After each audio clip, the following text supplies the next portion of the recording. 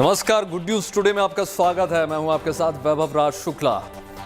GNT special में आपका स्वागत है। रूस यूक्रेन के बीच जारी जंग के दौरान राष्ट्रपति व्लादिमीर पुतिन ने शक्ति प्रदर्शन किया है। पुतिन ने एक ऐसी मिसाइल का परीक्षण किया है जिसके टारगेट में अमेरिका, ब्रिटेन और फ्रांस सब आ जाते हैं। इतना ही नहीं, हम आपको बता दें, इस मिसाइल से एक ही वॉर में 10 न्यूक्लियर बम गिराए जा सकते हैं। और कितनी इस महाविनाश मिसाइल की ताकत है, यह आपको इस रिपोर्ट के जरिए समझाने की कोशिश करते हैं।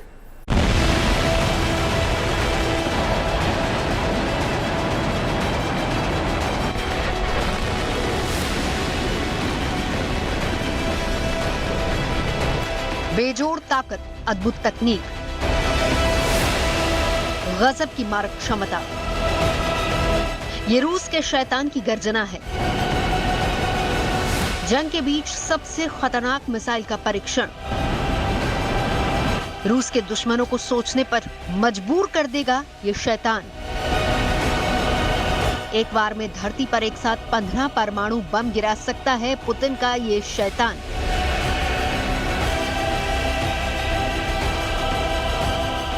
आप ये सोच रहे होंगे कि आखिर इस मिसाइल को हम शैतान क्यों कह रहे हैं। दरअसल इसका नाम ही शैतान है। रूस की इस मिसाइल का नाम सरमत है। इसका हिंदी में मतलब होता है शैतान।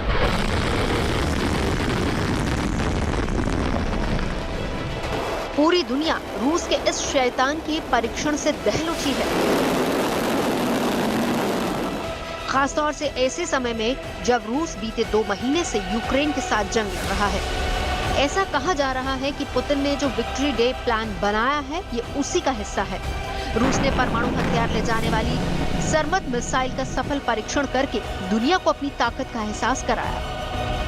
रूस ने बड़े सोच समझकर ऐसे समय सरमत मिसाइल का टेस्ट किया है, जिसके माध्यम से वो साफ तौर पे दुनिया को बताना चाहता है, खास करके अमेरिका को, नेटो को और यूरोपियन यूनियन को, कि रूस बहुत ही पावरफुल है, बहुत ही ताकतवर है और कोई भी देश चाहे बाय इटसेल्फ या कॉम्बिनेशन रशिया को चुनौती नहीं दे सकता। और अगर रशिया को किसी ने चुनौती देने की कोशिश की या गलती की तो रशिया जो है उसका मुंह तोड़ जवाब देगा और उसको हर प्रकार से उस देश को बर्बाद कर सकता है। इस मिसाइल में ऐसी शैतानी ताकत है कि पल भर में कई शहरों को खाक में मिला सकती है। RS-28 Sarmat super heavy intercontinental ballistic missile है। इसकी कमान रूस की स्ट्रेटेजिक रॉकेट फोर्सेस के हाथ में होती है। इस मिसाइल को रूसी कंपनी मैकेव रॉकेट डिजाइन ब्यूरो ने डिजाइन किया है। इस मिसाइल को रूसी कंपनी मैकेव रॉकेट डिजाइन ब्यूरो ने डिजाइन किया है। इस मिसाइल का वजन 208.1 मीट्रिक टन है, जबकि इसकी लंबाई 35.5 मीटर और गोलाई 3 मीटर है। एक RS सरमत मिसाइल 10 बड़े न्यूक्लियर वॉरहेड के अलावा 16 छोटे वॉरहेड ले जा सकती है। एक बार में ये मिसाइल 18,000 किलोमीटर की दूरी तय करती है। भारी भरकम RS-28 सरमत मिसाइल को पावर देने के लिए RD-274 लिक्विड रॉकेट इंजन लगाया गया है। रफ्तार की बात करें तो ये मिसाइल लगभग 25,560 किलोमीटर प्रति घंटे की स्पीड से उड़ान भर सकती है। ये 200 टन से अधिक वजनी हथियार और कई न्यूक्लियर वॉरहेड्स ले जाने में सक्षम है। सरमत को मिसाइल डिफेंस सिस्टम को चकमा देने के लिए डेवलप किया गया है। ये दुश्मन के सर्विलांस सिस्टम को ट्रैक करने का मौका नहीं देती।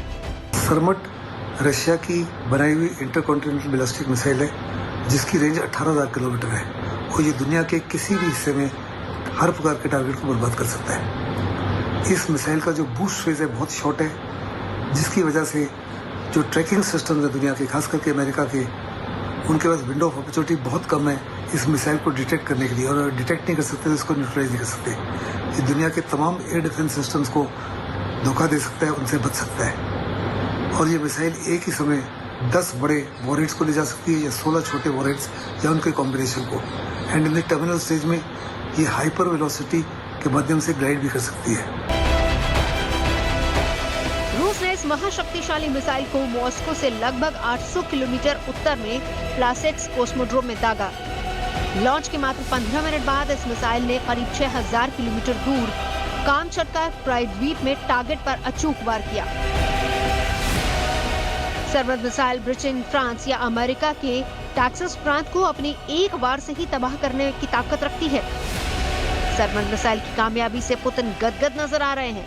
अपनी सेना से पुतिन ने कह दिया है कि रूस की सैन्य ताकत में कई गुना इजाफा कर देंगे।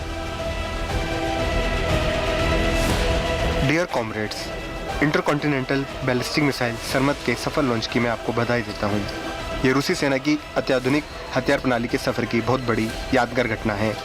इस मिसाइल को किसी भी एयर डिफेंस सिस्टम से रोका नहीं जा सकता और यही वजह है कि यह अपराजय है। इस मिसाइल के सफल परीक्षण के बाद पुतिन ने इसकी तारीफ करते हुए कहा कि रूस की इस मिसाइल को किसी भी एयर डिफेंस सिस्टम से रोका नहीं जा सकता और यही वजह है कि ये अपराजय है। ये मिसाइल धरती के किसी भी कोने में हमला करने में सक्षम है। इस मिसाइल के रहते दुश्मन हमारी तरफ आंख उठाने की जहमत नहीं करेगा। जाहिर है ये चेतावनी जो बाइडेन, बोरिस जॉनसन और तमाम पश्चिमी देशों के नेताओं को है जो किसी भी हाल में नहीं चाहते कि यूक्रेन के साथ युद्ध में रूस की जीत हो। इस मिसाइल परीक्षण के बाद उस आशंका को और ज्यादा हवा मिलती नजर आ रही है जिसमें कहा गया था कि यूक्रेन के साथ युद्ध में पुतिन परमाणु बम का इस्तेमाल कर सकते हैं। पुतिन की कोशिश है कि हर प्रकार से वो बाइडेन के ऊपर हामी हो, नेटो के ऊपर हामी हो, यूरोपियन यूनियन के ऊपर हामी हो, क्योंकि पुतिन साफ तौर पर जानते हैं कि अगर उन्होंने टैक्टिकल न्यूक्लियर वेपन भी इस्तेमाल किया तो बहुत ही बड़े पैमाने पर यूक्रेन का नुकसान होगा। रशियन ट्रुप्स जो हैं यूक्रेन के अंदर वो हताहत हो सकते हैं और साथ ही साथ सेंट्रल यूरोपियन कंट्रीज और ईस्टर्न यूरोपियन कंट्रीज भी और कुछ हद तक रशिया भी बर्बाद हो सकता है फॉलोआउट से।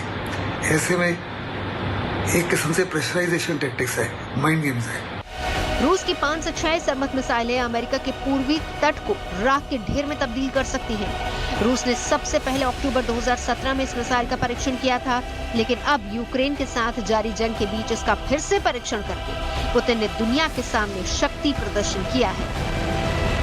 Bureau report, good news today.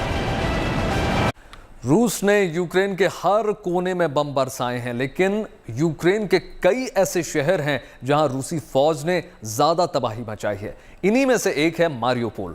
रूस के हमले से हुई तबाही के निशान हर ओर नजर आ रहे हैं और अब तो रूस ने दावा कर दिया है कि उसने मारियोपोल पर कब्जा कर लिया है। उधर जेलेंस्की ने रूस के साथ एक सुरक्षा समझौता किया है जिसके तहत तय हुआ कि रूस मारियोपोल से यूक्रेन के नागरिकों और सैनिकों को सुरक्षित निकालने देगा। बदले में यूक्रेन रूस के उन फौजियों को कैद से मुक्त कर देगा जिन्हें युद्ध के दौरान पकड़ा गया था।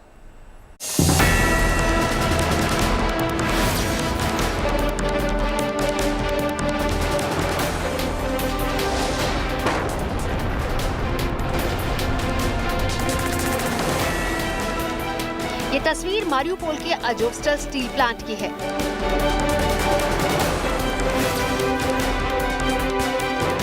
हर तरफ बस तबाही, बर्बादी और युद्ध के निशान हैं। अजोवस्टल स्टील प्लांट यूक्रेन रूस जंग के उन मोर्चों में शामिल है जहां सबसे भीषण जंग जारी है। दिल दहला देने वाली तस्वीरें उसी खूनी जंग की गवाही दे रही हैं। रूसी सेना के अजोवस्टल स्टील प्लांट को टारगेट करने के पीछे बड़ी वजह यह है कि इसी जगह पर यूक्रेनी योद्धा छिपे हैं और इन्हें खत्म करने के लिए रूसी फौज बंकर बस्टर बम बरसा रही है। यही नहीं, रूस लगातार सैनिकों को भेजकर यूक्रेनी सैनिकों को खत्म करने की कोशिश में जुटा हुआ है, मगर यूक्रेनी आखिरी सांस तक लड़ रहे हैं। हालांकि इन सब के बीच रूस की ओर से दावा ये किया जा रहा है कि रूसी सेना ने यूक्रेन के सबसे बड़े बंदरगाह शहर मारियोपोल पर कब्जा कर लिया है। रूस के रक्षा मंत्री सर्गेई शोइगु ने राष्ट्रपति व्लादिमीर पुतिन को जानकारी दी कि देश की सेना ने यूक्रेन के प्रमुख बंदरगाह शहर मारियोपोल को पूरी तरह से अपने कब्जे में ले लिया है। हालांकि बताया गया है कि 2000 से अधिक यूक्रेनी फौजी अभी भी मारियोपोल के अजोवस्टल स्टील प्लांट में मौजूद हैं। रूसी रक्षा मंत्री ने बताया कि मार्च की शुरुआत में जब मारियोपोल को घेरा गया था तब लगभग 8100 यूक्रेनी सैनिक, विदेशी भाड़े के सैनिक शहर के अंदर ही फंसे हुए थे। 1400 से अधिक उग्रवादियों ने अपने हथियार डाल दिए हैं। 1,42,000 से अधिक नागरिकों को भी शहर से निकाल दिया गया है। रक्षा मंत्री शोइगु से मिली जानकारी के मुताबिक राष्ट्रपति व्लादिमीर पुतिन ने मारियोपोल शहर पर जीत की घोषणा कर दी। एक संदेश जारी करते हुए पुतिन ने कहा, हमने शहर को आजाद कर दिया है। ये तो तय है कि मारिउपोल में जो तबाही रूसी फौज ने मचाई है उसके बाद यूक्रेन की हार तय है, लेकिन शहर में अभी भी सैकड़ों सैनिक और हजारों निर्दोष यूक्रेनी नागरिक फंसे हुए हैं। अब अपने नागरिकों और बचे हुए सैनिकों की रक्षा के लिए ज़ेलेंस्की ने रूस के साथ एक बड़ी डील की है।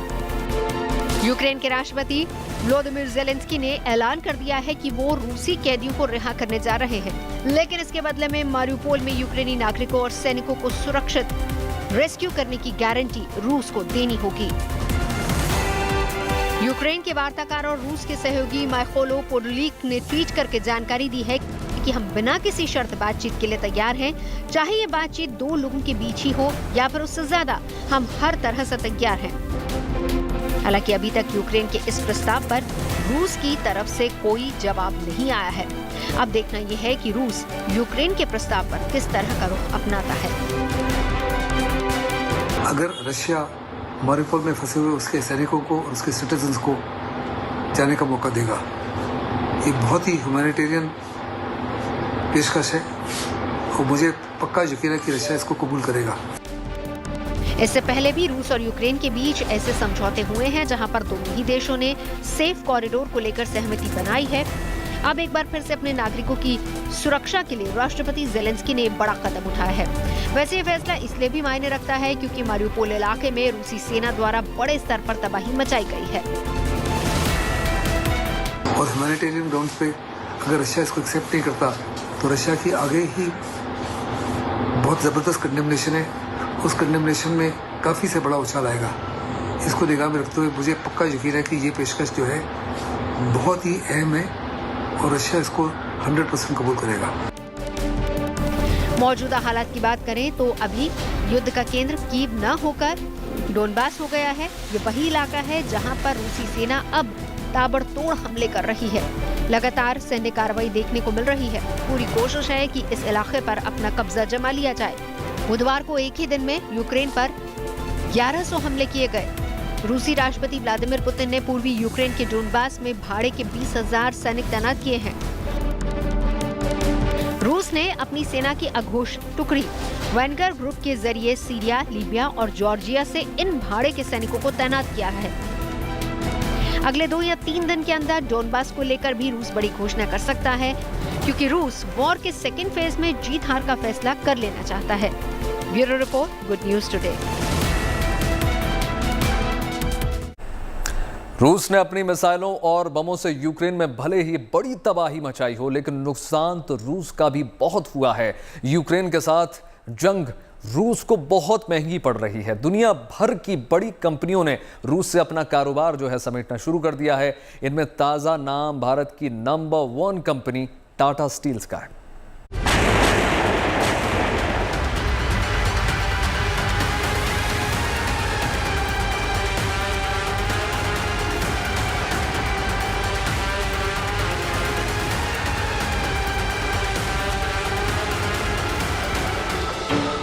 रूस बीते 2 महीनों से यूक्रेन पर बमों और मिसाइलों की बारिश कर रहा है, तो वहीं रूस के ऊपर आर्थिक प्रतिबंधों की बरसात हो रही है। इन सब के बीच आर्थिक मोर्चे पर रूस को एक के बाद एक झटके लगते जा रहे हैं। बम बारूद से खेल रहे रूस को ये जंग बहुत महंगी पड़ रही है। इस जंग के चलते कई ग्लोबल कंपनियों ने रूस में अपना बिजनेस रोका है। दुनिया की तमाम बड़ी कंपनियों ने रूस से अपने कारोबार समेटने शुरू कर दिए हैं। इसमें सबसे ताजा नाम भारत की सबसे बड़ी स्टील कंपनी टाटा स्टील का है। टाटा स्टील ने एक बयान में साफ किया है, कंपनी रूस में न तो किसी फैक्ट्री को चलाती है, न ही उसका कोई ऑपरेशन वहां है। रूस में कंपनी के कर्मचारी भी नहीं है। रूस में कारोबार बंद करने का निर्णय काफी सोच समझकर किया गया है। दरअसल टाटा स्टील अपनी फैक्ट्री चलाने और स्टील बनाने के लिए रूस से कोयला आयात करती है। भारत के अलावा कंपनी के स्टील कारखाने ब्रिटेन और नीदरलैंड में हैं। कंपनी का कहना है कि इन कारखानों में आपूर्ति सही रखने के लिए वैकल्पिक बाजारों से कच्चे माल का इंतजाम किया जा रहा है।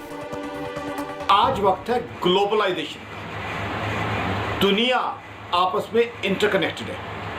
ऐसे में सैंक्शंस और बैन्स का मतलब है ग्लोबल ट्रेड का कम हो जाना, रुक जाना। और अगर आपका ग्लोबल ट्रेड कम हो जाता है या रुक जाता है तो समझ लीजिए आपके देश की तरक्की में मेजर ब्रेक लगा। टाटा से पहले दिग्गज आईटी कंपनी इंफोसिस ने रूस के साथ कारोबार बंद करने की घोषणा की थी। पिछले हफ्ते इंफोसिस के सीईओ सलिल पारेख ने बताया कि रूस में हमारे जितने भी सेंटर हैं, उन सभी जगहों से हमने अपना पूरा कारोबार रूस से बाहर ले जाना शुरू कर दिया है। रूस में अब हमारे 100 से भी कम कर्मचारी रह गए हैं। हम किसी भी रूसी कंपनी के साथ काम नहीं कर रहे। अब सवाल ये खड़ा होता है कि जब भारत रूस यूक्रेन युद्ध को लेकर रूस के विरोध में नहीं खड़ा है, तो ये दिग्गज भारतीय कंपनियां क्यों रूस से अपना कारोबार समेट रही हैं? दरअसल इन कंपनियों के रूस की अपेक्षा अमेरिका और यूरोपीय देशों में अधिक मजबूत कारोबारी संबंध है। माना जा रहा है कि इन देशों में अपने कारोबारी संबंधों को बनाए रखने के लिए ये कंपनियां रूस से कारोबार समेट रही हैं। रूस यूक्रेन युद्ध के चलते अमेरिका सहित यूरोपीय देशों ने रूस पर भारी प्रतिबंध लगाए हैं। इन देशों की कंपनियों ने भी रूस के साथ अपने कारोबार खत्म कर लिए हैं। ऐसे में अमेरिका और यूरोपीय देशों में कारोबार करने वाली भारतीय कंपनियों पर भी दबाव बन रहा है कि वो रूस के साथ अपने कारोबार खत्म करें। कंपनियों के कारोबार समेटने के फैसले को रूस के लिए एक बड़े आर्थिक झटके के तौर पर देखा जा रहा है। रशिया यूक्रेन वॉर की वजह से रशिया की इकोनॉमी को बहुत मेजर नुकसान, बहुत मेजर नेगेटिव इम्पैक्ट हुआ है। आज की तारीख में एक्सपेक्टेशन ये है कि रशिया ने पिछले 15 साल में जो भी इकोनॉमी में गेन या एडवांटेजेस या तरक्की की थी, वो सारी की सारी वाइप आउट होने की, खत्म होने की संभावना। यानी उम्मीद ये है कि 2023 तक रशिया की इकोनॉमी वहां पहुंच जाएगी जहां आज से 15 साल पहले थी। भले ही कुछ भारतीय कंपनियों ने रूस से अपने कारोबारी रिश्ते खत्म करने की घोषणा की हो, लेकिन भारत सरकार रूस के विरोध में खड़ी नहीं दिखाई दे रही है। इसकी बड़ी वजहें हैं। भारत इस वक्त रूस के सबसे बड़े व्यापार साझेदारों में से एक है।